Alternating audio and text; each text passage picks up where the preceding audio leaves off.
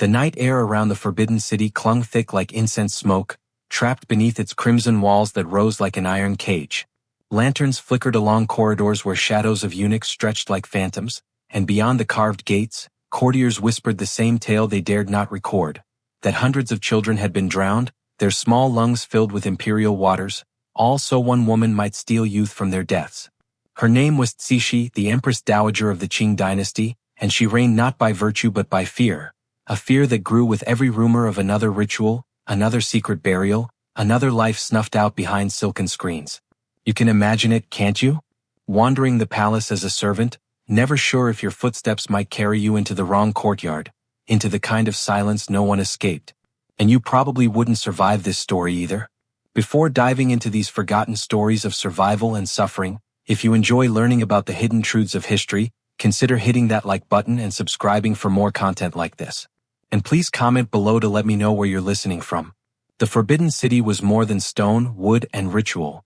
It was a labyrinth where bloodlines decided who feasted and who starved. To the north, cold halls rattled with the echo of ancient drums, while to the south, exotic flowers choked in heavy perfume, unable to bloom under artificial light. Within this paradox sat Cixi, a woman whose legend has been stitched together from fear and fascination.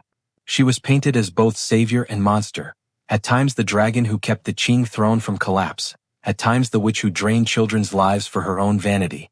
Fact anchors the myth. Cixi did hold real power for nearly 5 decades, an extraordinary feat in a dynasty that expected women to vanish into obedience. She commanded armies, dictated foreign policy, and reshaped the throne's image, all while never being officially crowned emperor. Her iron grip left fingerprints on nearly every edict of the late Qing era.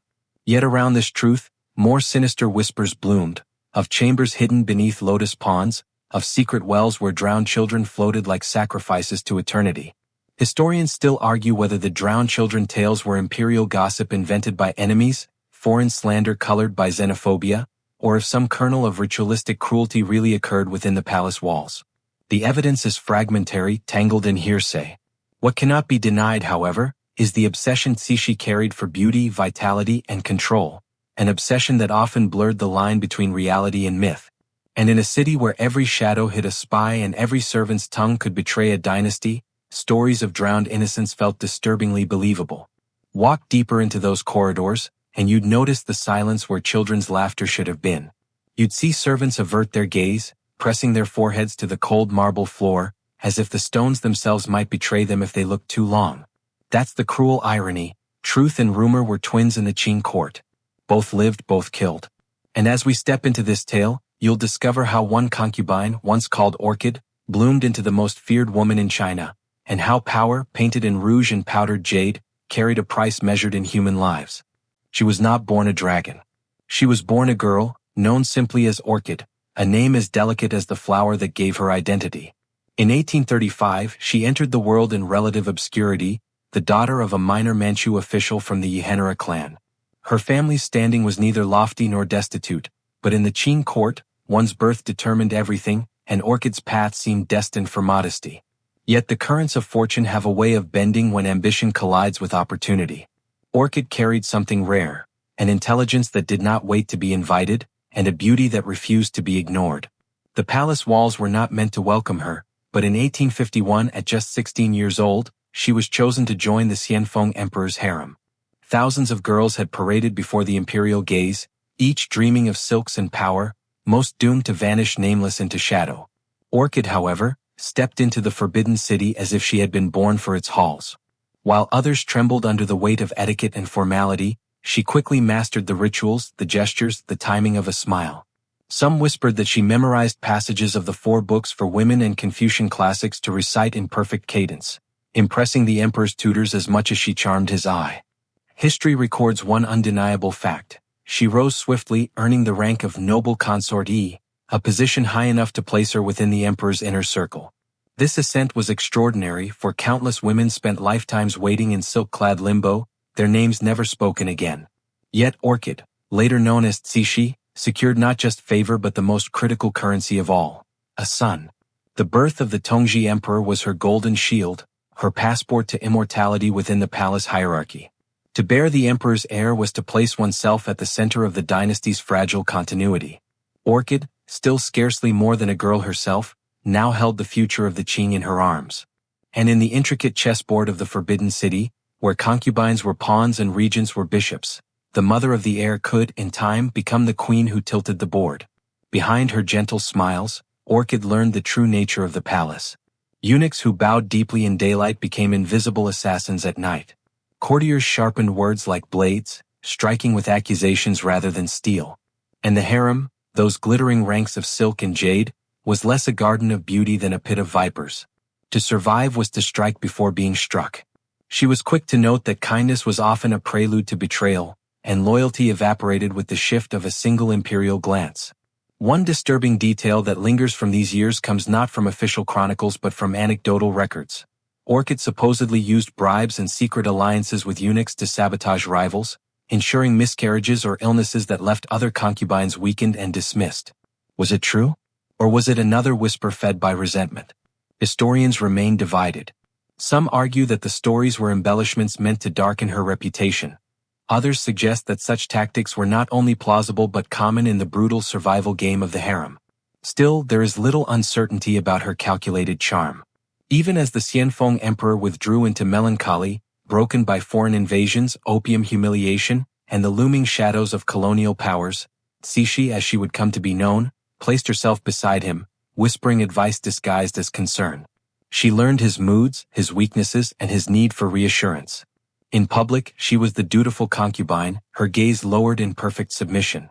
In private, she was the strategist, nudging decisions, framing fears, and planting seeds of dependence.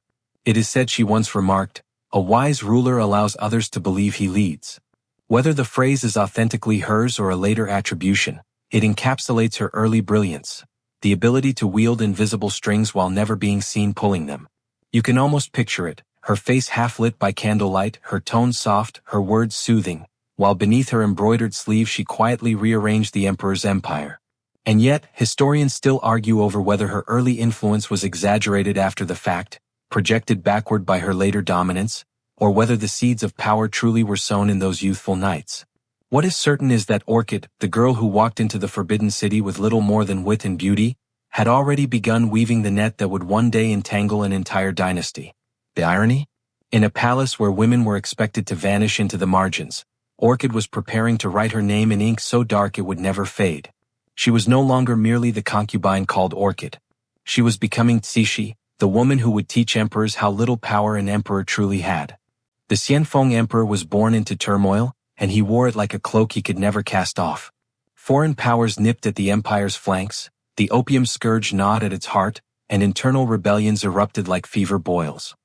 History remembers him less for strength and more for silence, a man whose reign seemed marked by retreat rather than command. And in that silence, Cixi found her opening. She was still officially only a concubine, but the emperor's weakness was a theater in which she played her role with unmatched precision. He withdrew from politics, spending long hours in melancholic detachment, drowning himself in wine and opera. She, meanwhile, learned the intricate machinery of governance, not by decree for she had no legal standing but by suggestion. Imagine the scene. The emperor slumped on a low couch, listening to a singer's plaintive aria, while beside him Cixi bent gracefully refilling his cup. With a hushed tone, she would mention a minister's incompetence or the merits of a particular policy. He nodded absently, and what seemed like a casual remark often became imperial command the next morning. One indisputable fact. Cixi gained access to state documents, an almost unthinkable privilege for a concubine. She reportedly read memorials and edicts, sometimes even drafting responses under the guise of assisting the weary emperor. This was not a minor convenience, it was a tectonic shift in palace dynamics. Women were meant to embroider, not edit imperial decrees. Yet there she was, quill in hand, writing her way into power. But with influence came suspicion. The emperor's ministers, the court scholars, even the other women of the harem began to mutter. How could one woman wield so much sway? Some claimed she bewitched him with beauty rituals, her famed almond-shaped eyes rimmed in kohl, her hands scented with rare oils from the south. Others whispered that she threatened servants into relaying secret information from council meetings. And then there is the darker, lesser-known detail. A diary entry from a palace official mentions Cixi practicing voiceless reading of documents, a dangerous act as literacy in political texts could be grounds for severe punishment. To read state papers without explicit sanction was akin to treason. The entry vanishes from the official record soon after. Was it erased intentionally? Or was it merely rumor? Historians are divided, uncertain whether she truly risked death by secretly reading imperial memorials or whether the account was an embellished tale told by a resentful bureaucrat. Her relationship with the emperor was a careful dance of dependency. She soothed his insecurities, encouraged his indulgences, and ensured that when he felt most overwhelmed, he turned to her. In this, she mastered what might be called the politics of intimacy, not through confrontation but through gentle steering, much like guiding a boat across a river swollen with hidden currents. Still, not all of her influence was invisible. When the emperor faced critical decisions during the Second Opium War, it is recorded that he sought Cixi's counsel, though in official documents her voice is absent. One can almost hear the scholars grinding teeth as they watched a woman, cloaked in silks, whispering into the emperor's ear while China's sovereignty crumbled under foreign guns. Historians still debate the depth of her control. Some argue that she exaggerated her own role later in life, reshaping the narrative to crown herself indispensable. Others insist that without her, the emperor's indecision would have been even more disastrous. The truth, like much of Cixi's life, swims in murky water, half seen, half imagined. And yet, one thing is clear. In a palace where women were meant to serve tea, she poured more than wine into the emperor's cup. She poured herself into the very bloodstream of Qing governance. You can almost picture it, you standing there as a lowly eunuch, tray in hand, watching her lean closer to the emperor, her words soft but her eyes sharp. You would know, as many did, that the emperor's silence was her song, and she was the one writing its notes. It is almost comical in its irony. The son of heaven, supreme ruler of millions, turned into little more than a marionette while his concubine practiced the art of ventriloquism. And as history would soon reveal, she would not stop at whispers. She was preparing for a coup that would reshape the empire itself. When the Xianfeng emperor died in 1861, the Forbidden City did not fall into mourning, it fell into calculation. Behind the curtained windows, officials sharpened their pens, plotting the course of the dynasty's next chapter.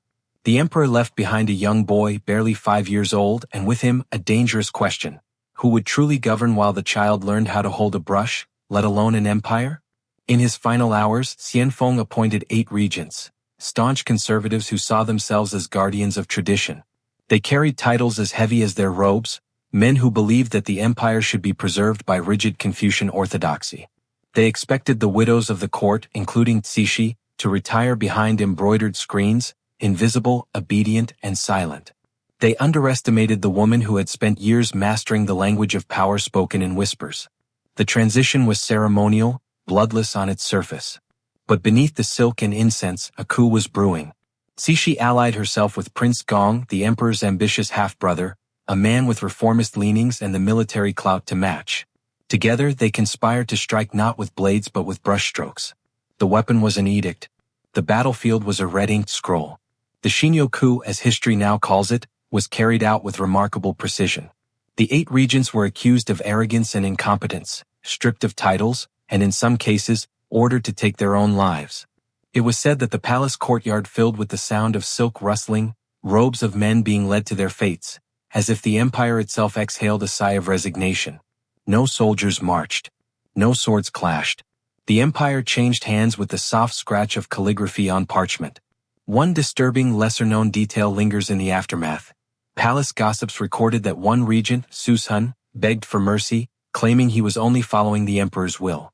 His pleas were ignored. Some accounts say his execution was carried out not with dignity, but humiliation. His head displayed as a warning to others who might underestimate the Empress Dowagers.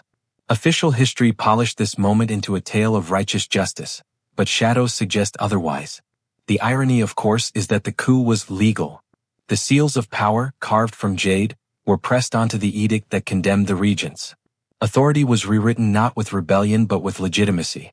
It was as if the regents themselves had signed their own death warrants, their signatures forged by the hand of fate, or more accurately by the hand of a woman they had dismissed.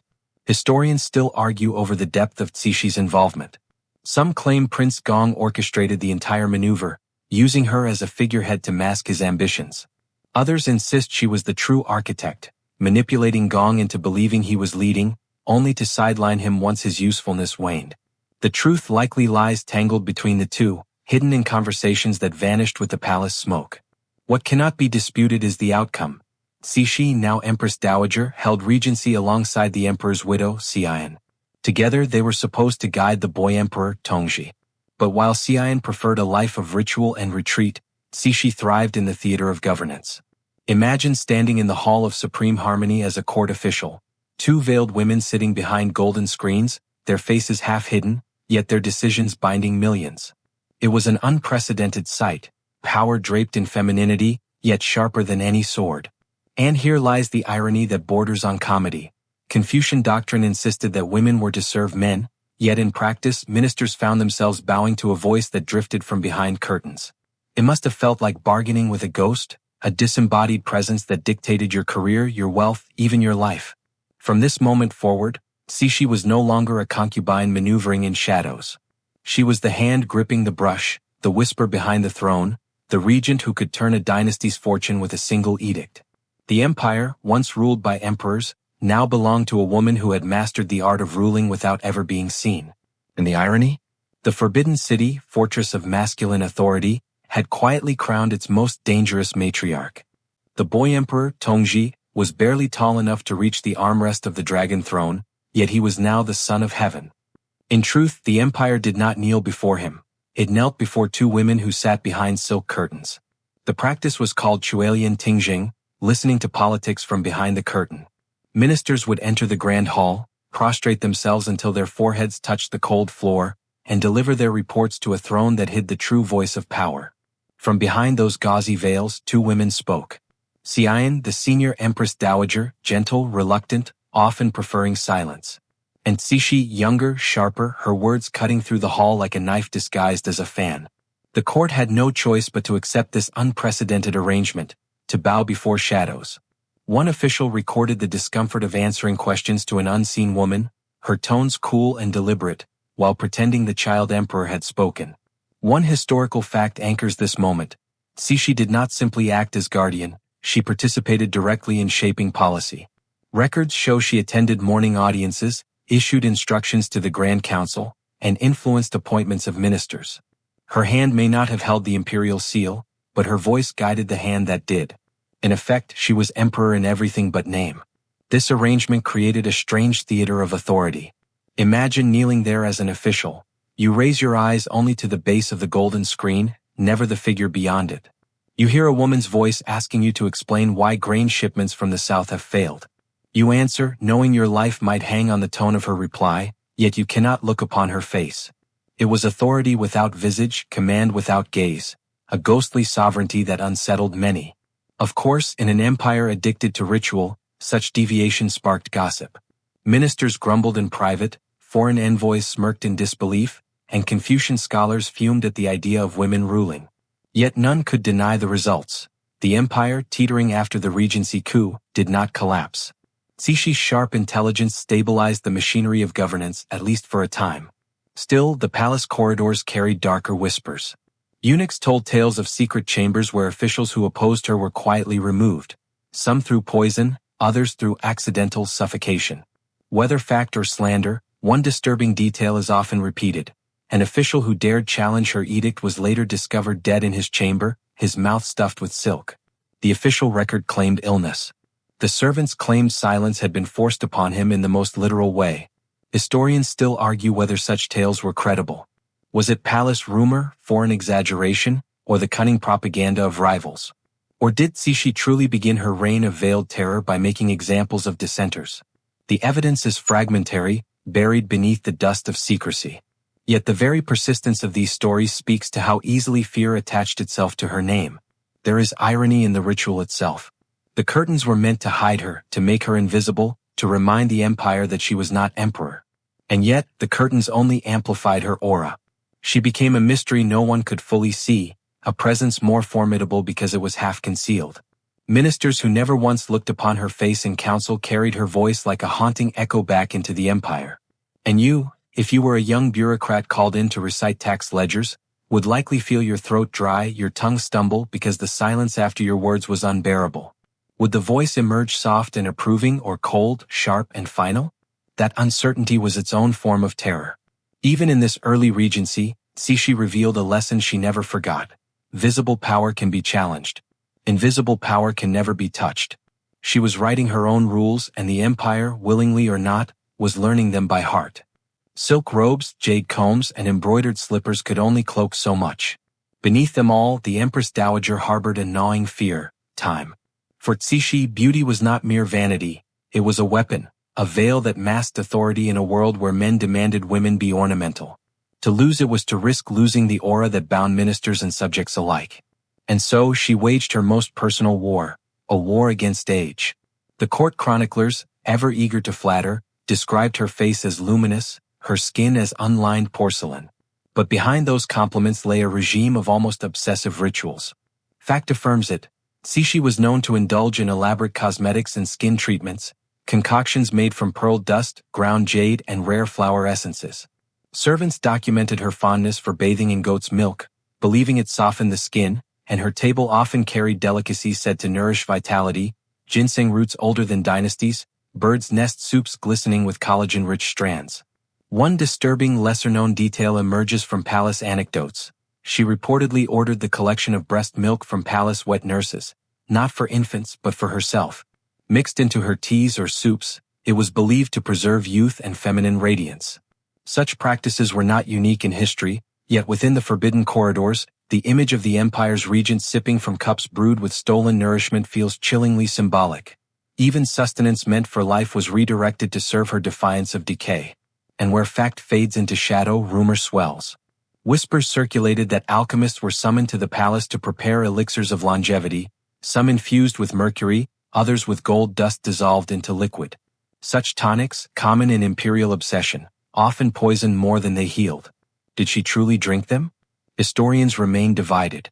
Some claim her remarkable longevity, living to 74, suggests she avoided such toxins. Others wonder if her body bore silent scars of experimental brews. Her vanity was not hidden from those around her. Foreign visitors to the summer palace later noted her daily hours spent on makeup, her fixation on silks dyed to flatter her complexion, her fury when mirrors reflected anything less than perfection.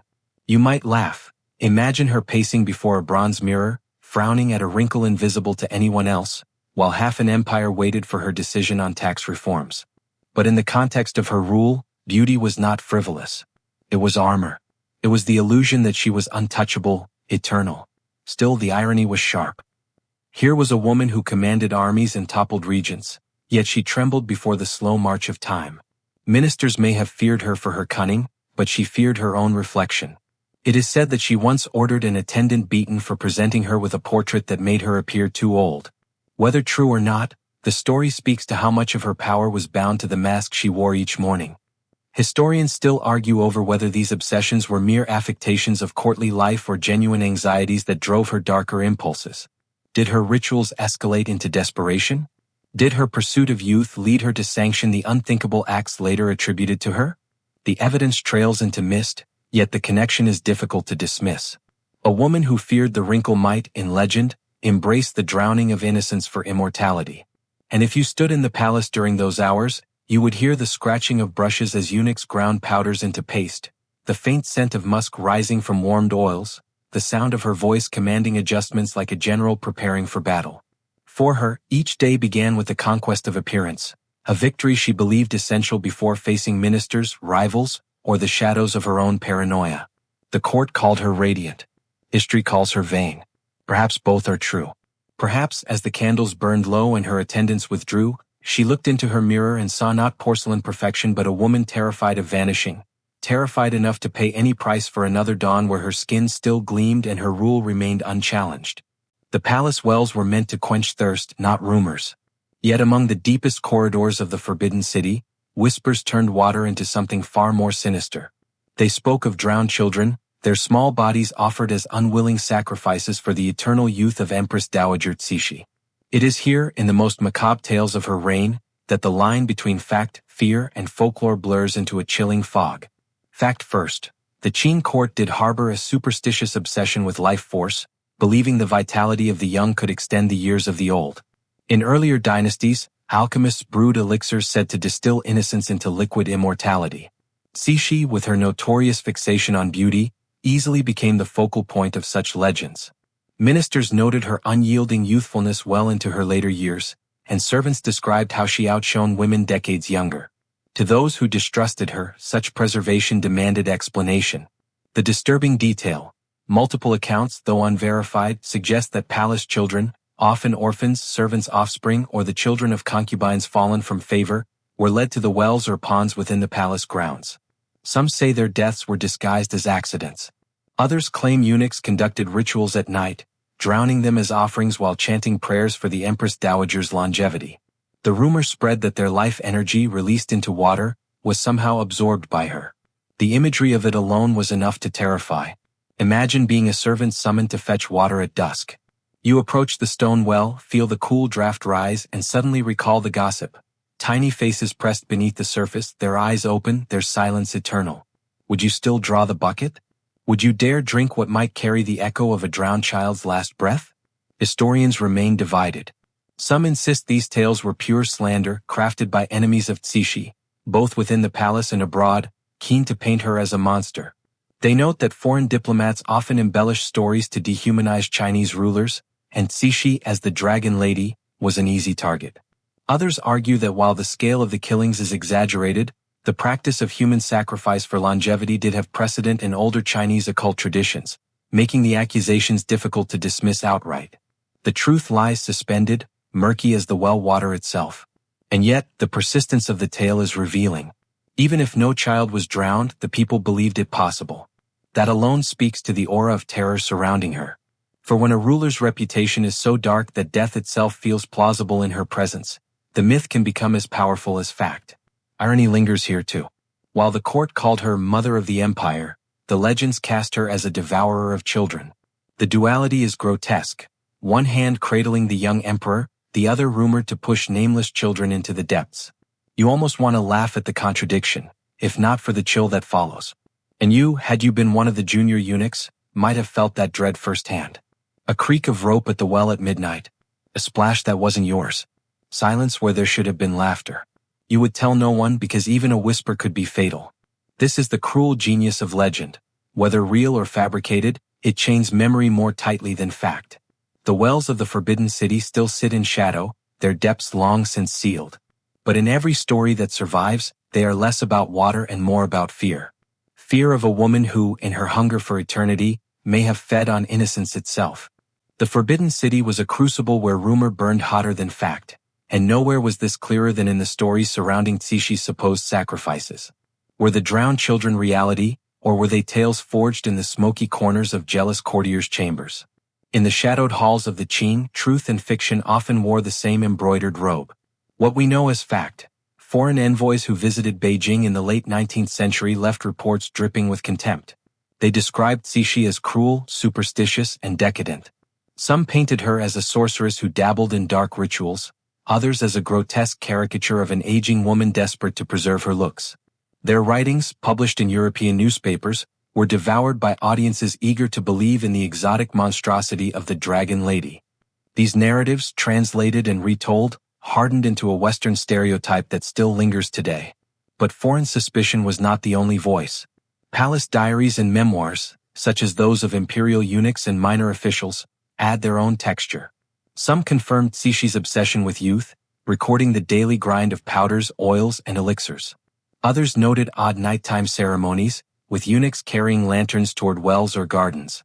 Yet these same accounts contradict one another, with some insisting nothing more sinister than herbal infusions and prayers were involved. One disturbing yet less quoted detail comes from a eunuch's memoir written decades later. He recalled being ordered to deliver silken bundles at night to the lotus ponds. He never saw what was inside. He only heard the splash and the sudden, suffocating silence afterward. Was it laundry discarded in secret? Or something far darker? Historians cannot prove it either way, and so the bundle becomes a haunting metaphor, weight without identity, rumor without confirmation. Here lies the core uncertainty. Was Cixi truly guilty of monstrous deeds, or was her legend crafted as much by propaganda as by her own excesses? Historians argue fiercely. Some defend her, insisting that the drowning tales are inventions of anti-Qing reformists or slanders designed to delegitimize a powerful woman in a patriarchal world. Others suggest that while the numbers are inflated, isolated rituals of sacrifice might have occurred in a court where superstition and politics often overlapped. You can imagine the courtiers debating in hushed tones, their faces lit by the pale glow of lanterns. Did you hear? Another child missing. Nonsense, just rebel lies. Then why was the pond sealed this morning? The tension itself was enough to rot sleep from their eyes. And irony snakes through it all. If no children were ever drowned, then Cixi was still drowned in rumor, her legacy stained by accusations she could never wash clean. If children were indeed lost, then her quest for eternal youth guaranteed she would forever be remembered, but in the darkest way possible. Either way, immortality was achieved, though perhaps not in the form she sought. For you, standing in that palace, the truth might not matter. The smell of incense, the ripple of water, the stifled laughter of eunuchs who knew more than they dared say, such details would leave you convinced that something unspeakable lived beneath the veils of ritual. Historians still shake their heads, unable to pierce the fog completely. But the survival of the rumor itself tells us something. Whether Cixi was witch, murderer, or simply scapegoat, she frightened her world enough that drowning children seem not only possible but plausible. And perhaps that is more chilling than certainty. The Forbidden City was never the only stage for Cixi's rule. When she desired relief from the suffocating rigidity of Beijing, she retreated to her palatial playgrounds, vast gardens and jewel-laden halls designed to radiate splendor. The Summer Palace, for instance, remains one of her most enduring legacies, a sprawling complex of lakes, bridges, and ornate pavilions where every lotus seemed to bloom in deference to her presence. Foreign visitors wrote in awe of its grandeur, describing marble boats, golden Buddhas, and lacquered halls that glittered like a vision plucked from myth. One fact is undeniable. Cixi poured enormous state resources into these architectural indulgences. Funds meant for military modernization were redirected to restore and expand her personal retreats, most famously during the aftermath of the Second Opium War. The irony practically writes itself. While cannons from foreign ships battered China's coastlines, she was refurbishing a lakeside paradise where she could sip tea and admire imported peacocks. But beneath the painted beams and perfumed gardens, darker chambers lurked. Servants whispered of hidden rooms where punishment was carried out away from curious eyes. Eunuchs claimed that cries could sometimes be heard from behind stone walls, muffled quickly by the sound of silk rustling or music playing louder than necessary. Was it real or was it fear distorting imagination? No record officially acknowledges such chambers, but the persistence of the rumors suggests that splendor and terror were often housed side by side. One disturbing lesser-known detail comes from foreign missionary accounts. They reported that in the palace's more private quarters, young girls were sometimes adopted as companions for the Empress Dowager. Officially, they were attendants or entertainers. Unofficially, their fates remain clouded. Some vanished from records altogether. Were they married off, quietly sent away, or did they become offerings to Cixi's unyielding obsession with vitality? Historians debate this, uncertain whether missionary accounts were factual or simply sensationalized to demonize her further. And yet, to walk the gardens in her time would have been a confusing experience. You'd see shimmering koi darting through clear ponds, hear the pluck of zither echo across carved bridges, and watch noblemen bow with trembling foreheads pressed to the ground. But you would also sense the unspoken dread in every servant's step, the hush that fell too quickly when footsteps approached. Beauty dazzled, but fear saturated the air like humidity. The irony is thick. Cixi is often celebrated in tourist brochures for preserving China's cultural treasures. The pavilions, the artwork, the timeless landscaping. Yet in her lifetime, those same spaces were haunted by anxiety. Gardens meant to inspire serenity became the backdrop of whispered terrors. Historians still argue whether the tales of torture chambers and vanishing girls were exaggerations or hidden truths. Some claim they were deliberate fabrications, propaganda tools wielded by foreign powers eager to vilify her. Others suggest that in a court where life and death often hinged on the flick of a wrist, such cruelties were not only possible but probable. If you had stood in the Summer Palace on a twilight evening, you might have seen her strolling under willows, face powdered, robes embroidered with phoenixes. Birds would scatter at her approach, and the lake's surface would reflect her as ageless, almost divine. Yet just beyond the laughter of courtiers, the silence of sealed rooms would remind you, beauty here was never innocent. It was a mask stretched tightly over fear. The Qing court had a polished way of speaking about death. No one was murdered. They were given silken favors, encouraged to return to heaven, or found themselves politely compelled to end their own lives. It was a world where poison could be a gesture of respect and a silk rope was considered more dignified than a blade. Cixi learned this language fluently, and soon she wielded it as effortlessly as a fan. Fact grounds the legend. During her decades in power, rivals and critics had a remarkable tendency to die young, fall ill, or simply disappear. The most famous example was the execution of the regent Sushun after the Xinyo coup, but he was hardly the last. Ministers who resisted her edicts often met with sudden illnesses, concubines who rivaled her influence were quietly removed, and even members of the imperial clan discovered that family ties offered no shield. One disturbing detail recorded in eunuch memoirs suggests that medicated wine was a common instrument of her rule.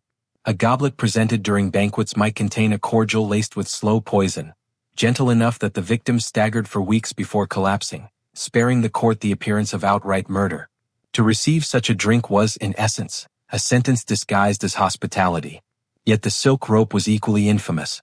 In the world of the Forbidden City, suicide was often not a choice but a command. Officials would return home from court to find a length of silk draped neatly on their pillow, a silent message from the throne. To refuse the rope was treason, to accept it was loyalty. And so, many bowed to death as though it were merely another imperial edict. Historians still wrestle with the truth. Did Cixi personally order each of these removals, or did the system of court intrigue operate independently, with her merely benefiting from it? Some scholars argue she was ruthless but pragmatic, removing only those whose presence genuinely endangered her grip. Others believe she cultivated an atmosphere of terror, ensuring that even the suspicion of her displeasure was enough to make rivals take their own lives. And then there are the comic ironies. Imagine being an official summoned to a banquet, staring nervously into your wine cup, wondering if this was the night you would toast yourself into eternity. Or consider the eunuchs tasked with delivering silk ropes. Did they carry them like grim postal workers, knocking politely before handing over the empire's most dreadful gift? The palace was absurd as much as it was terrifying. But the results were undeniable. Opposition thinned and silence reigned. Ministers learned to weigh every word, to measure every bow, because survival depended not just on loyalty but on anticipation, predicting what the Empress Dowager desired before she even voiced it. Fear was her true army, marching without banners, invisible yet inescapable. For you, caught in that world, the tension would be unbearable. You might glance at the court musicians striking their zither, notice how their hands trembled ever so slightly, because even a wrong note could draw her disfavor. You'd hear the laughter at her feasts, bright and brittle, each guest wondering if the next round of wine was a toast to life, or to death. Cixi understood what many emperors never did. The sharpest throne is not built on loyalty, but on fear disguised as ritual. A poisoned cup, a silken rope, each became her signature, not in name but in silence. And silence, in the Forbidden City, was more final than any blade. The boy who should have ruled, the Tongji emperor, was, from the moment of his coronation, more puppet than prince. Cixi, his mother, guarded him fiercely not for his independence but for the power he represented. To be mother of the emperor was a title heavy with both reverence and control, and Cixi ensured that every thread of his destiny was stitched to her will. The records confirm it. Tongji grew restless under the suffocating presence of his mother. Ministers observed that he showed little aptitude for governance, preferring pleasures over policies. He neglected the ritualistic duties that Confucian scholars demanded, often vanishing into the company of actors, courtesans, and opium. His absence from council meetings was explained away as ill health, but behind the curtains, frustration brewed. One disturbing, lesser-known detail lurks in private palace anecdotes. It was whispered that Tongji contracted a venereal disease from his visits to brothels, an affliction that worsened quickly due to his indulgence in opium and alcohol. Some accounts even claim that his mother's attendants refused to treat him openly, fearful of angering Cixi, who reportedly scolded him for disgracing the throne. Was it shame that hastened his death or deliberate neglect? Historians remain divided. His decline was swift. By the age of 19 he was visibly frail, his once cherubic features hollowed by illness. Official records attributed his death in 1875 to smallpox, a disease that conveniently absolved the court of scandal. Yet the coincidence was striking. An emperor dies young, his mother remains firmly in control, and no succession crisis threatens her hand on the throne. To skeptics, it seemed less like misfortune and more like orchestration. Historians still argue bitterly. Was Tongji's death a tragic consequence of reckless living, or did Cixi see in her son's weakness an opportunity to consolidate her power? Some claim she quietly hastened his end through withheld treatments or poison tonics, ensuring her regency remained unchallenged. Others insist she mourned genuinely, devastated at the loss of her only child. The truth, wrapped in silken funerary rites, is lost. But what is certain is the atmosphere his reign created, a throne that never truly ruled. Ministers tiptoed around his absences, foreign envoys sneered at his incompetence, and reformers despaired at the empire's decay. Through it all, Cixi remained the one constant voice of authority. Even when her son sat upon the throne, it was her words, her eyes, her judgment that steered the empire. The irony was almost theatrical. The Son of Heaven slouched in wine-soaked indolence, while the Mother of the Son of Heaven dictated policy through veiled lips. You can picture it, Tongji staggering back to the palace at dawn, robes askew, while his mother convened a council meeting hours earlier, deciding the fate of provinces. He wore the dragon robe, but she carried the dragon's fire. For you, had you been a courtier, it would have been maddening. To whom did you owe loyalty? To the emperor, who ignored your petitions, or to his mother, who answered them with ruthless clarity? Most chose the latter, for survival rarely bowed to titles. Tongji's death sealed that choice. His funeral was grand, perfumed with incense and drowned in ritual, but to many, it felt less like the end of a reign and more like the tightening of Cixi's grip. The boy who never ruled had been a placeholder, a mask for her regency. With his passing, the mask slipped away. And somewhere in the hush of the Forbidden City, courtiers likely realized the cruelest irony of all. Emperors could be born, crowned, and buried, yet the real throne never moved.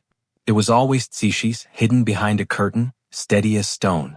With Tongji gone, the dynasty faced a crisis: no heir. Cixi seized the moment with chilling swiftness. She bypassed tradition and selected her young nephew, Guangxu, to ascend the throne. At barely 4 years old, he was far easier to mold than a grown man. She had secured another puppet, one she could control from the very start. Fact affirms this. Guangxu Emperor was enthroned in 1875, chosen by Cixi herself, despite critics who argued the adoption violated imperial law. But in the web of Qing politics, legality mattered less than survival, and Cixi ensured her authority remained unbroken. Guangxu grew into a timid, thoughtful ruler, but his attempts at independence collided with his aunt's will. During the 100 Days Reform in 1898, Guangxu dared to seize the reins, issuing sweeping edicts to modernize the empire, abolishing sinecures, revamping education, and curtailing entrenched bureaucrats. Reformers hailed him as a visionary. Cixi saw him as a liability. The disturbing, lesser-known detail: within weeks of his reforms, Cixi orchestrated a palace coup. Guangxu was confined to a small island in the Forbidden City's middle lake, watched constantly, denied even the dignity of free movement. He became an emperor in name only, a prisoner who signed documents he no longer wrote. Visitors described him as pale, thin, pacing endlessly along narrow stone paths while guards shadowed his every step. Historians still debate whether she feared reforms would collapse the dynasty or whether she feared Guangxu himself. Was she protecting the Qing from reckless change, or protecting her own supremacy from a ruler who had outgrown her? The question remains unresolved. And yet, the irony bites deep. The Emperor of China, the man whose edicts could alter millions of lives, was reduced to a lonely figure staring at water lilies, his empire managed by a woman who claimed only to be his guardian. You can almost picture it, you rowing near that island, catching a glimpse of a desperate man behind barred windows, and realizing the dragon throne itself had become a cage. By the twilight of the 19th century, the Qing Empire resembled a wounded beast, vast, proud, but staggering beneath the weight of humiliation. Western powers carved concessions into its flesh, Japan snapped at its heels, and internal rebellions gnawed at its core. And in the middle of this storm stood Cixi, a woman both credited with holding the empire together and condemned for letting it rot. One historical fact cannot be denied. Cixi approved the Boxer Rebellion in 1900. The movement, born from rural desperation, blended martial arts, mysticism, and anti-foreign rage. Its fighters believed themselves invulnerable to bullets, their bodies protected by spiritual possession. At first, Cixi dismissed them as rabble. But when foreign encroachment became unbearable, missionaries roaming unchecked, foreign troops trampling sovereignty, she threw her weight behind them, declaring war against the Western powers and Japan. The disturbing detail lies in how quickly she abandoned them. When foreign armies advanced on Beijing, cutting down boxers and civilians alike, Cixi fled the capital disguised as a peasant woman, her court trailing behind in chaos. The warriors she had encouraged to fight to the death were left to die without imperial support. Survivors told of bodies stacked in alleys, families annihilated, temples smoldering while the Empress Dowager's palanquin bounced safely along back roads. Historians still argue whether she truly believed in the boxers' mystical immunity or whether she cynically used their fury as a weapon of convenience. Some suggest she hoped their fanaticism might drive foreigners out long enough for her to regroup. Others argue she never cared about their fate, seeing them only as expendable pawns in her survival game. The question lingers like smoke. For you, imagine standing in Beijing during that summer.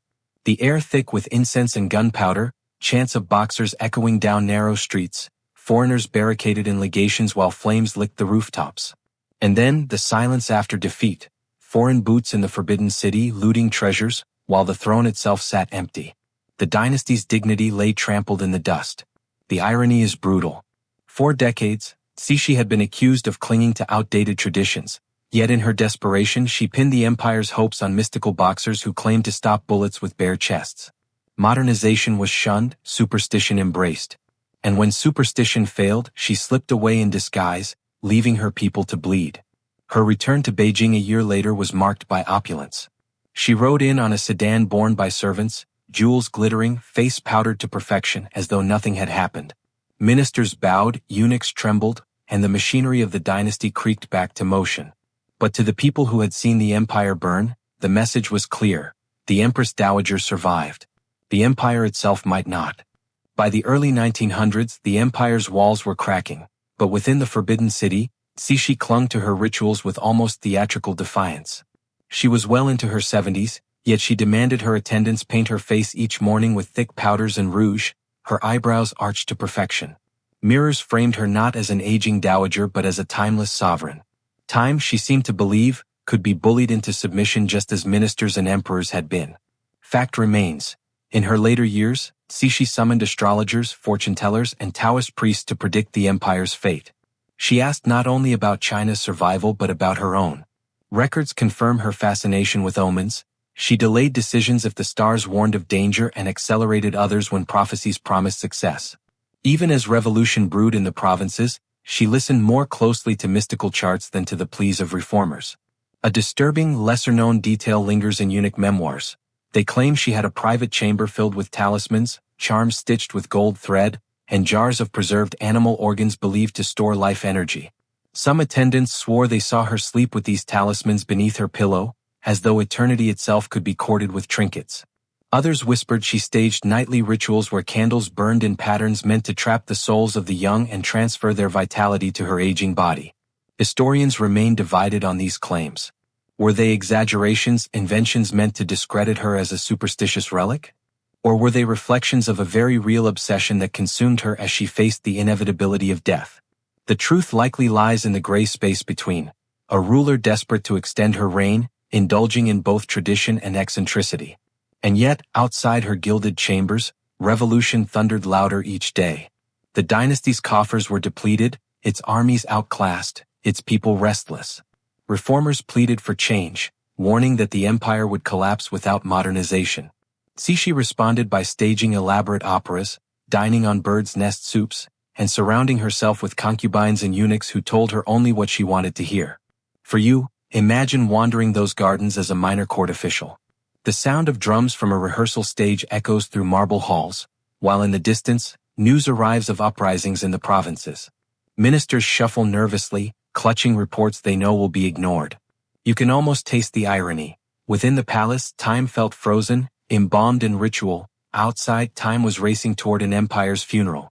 She gazed into her mirrors, searching for a face untouched by age, while beyond the walls, the empire itself aged into decrepitude. She powdered her cheeks as if the dynasty's wrinkles could be concealed with the same rouge. In this way, the Dragon Lady spent her final years as both sovereign and shadow, still feared, still obeyed, but increasingly irrelevant to the tide that carried China toward revolution. She had sought to make herself eternal, yet the empire beneath her feet was crumbling into dust. In 1908, the Dragon Lady finally confronted the one adversary she could not silence: death. The Forbidden City, usually so full of protocol and polished ritual, became a stage for tension. Eunuchs tiptoed through corridors, their whispers clipped short, while court doctors shuffled with bundles of herbs, their eyes fixed on the floor. Everyone knew the inevitable was near. Fact first. Empress Dowager Cixi died on November 15, 1908, at the age of 74. Yet the hours leading to her death remained shrouded in unsettling coincidence. Just one day prior, the Guangxu emperor, her adopted son and captive of decades, suddenly died as well. He was only 37. Official reports named illness, but rumors spread like wildfire. Had Cixi ordered him poisoned so that he would not outlive her, perhaps to prevent him from reclaiming the throne once she was gone? The disturbing detail comes from forensic tests conducted nearly a century later. Scientists examining Guangxu's remains discovered unusually high levels of arsenic, suggesting he had indeed been poisoned. The timing, just hours before Cixi's death, makes the implication almost impossible to ignore. Even on her deathbed, it seemed she reached out with one final act of control.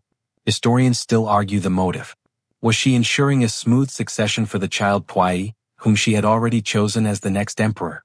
Was it spite, the culmination of years of mutual distrust with Guangxu? Or did loyalists act without her explicit order, anticipating her wishes? The debate endures, an unresolved echo that haunts her final hours. The scene of her passing was cloaked in contradictions. Attendants laid silks across her bed, incense thickened the air, and Buddhist monks chanted sutras to ease her into the afterlife. Yet beyond the chants lingered the uneasy silence of a court that knew too much blood had been spilled for one woman's longevity. Ministers bowed their heads, but none could shake the knowledge that she had outlived nearly every rival, every critic, every emperor she claimed to serve. For you, standing in that chamber, the atmosphere would have been suffocating. The air smelled of sandalwood and decay. The Empress Dowager's painted face appeared ghost-like under candlelight, as if she had already crossed the threshold she so long tried to deny.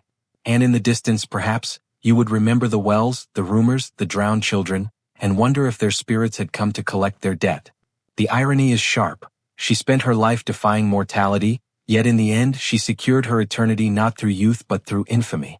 Her name endures, woven with both fear and fascination, the very immortality she sought, though bought at a price no ritual could cleanse.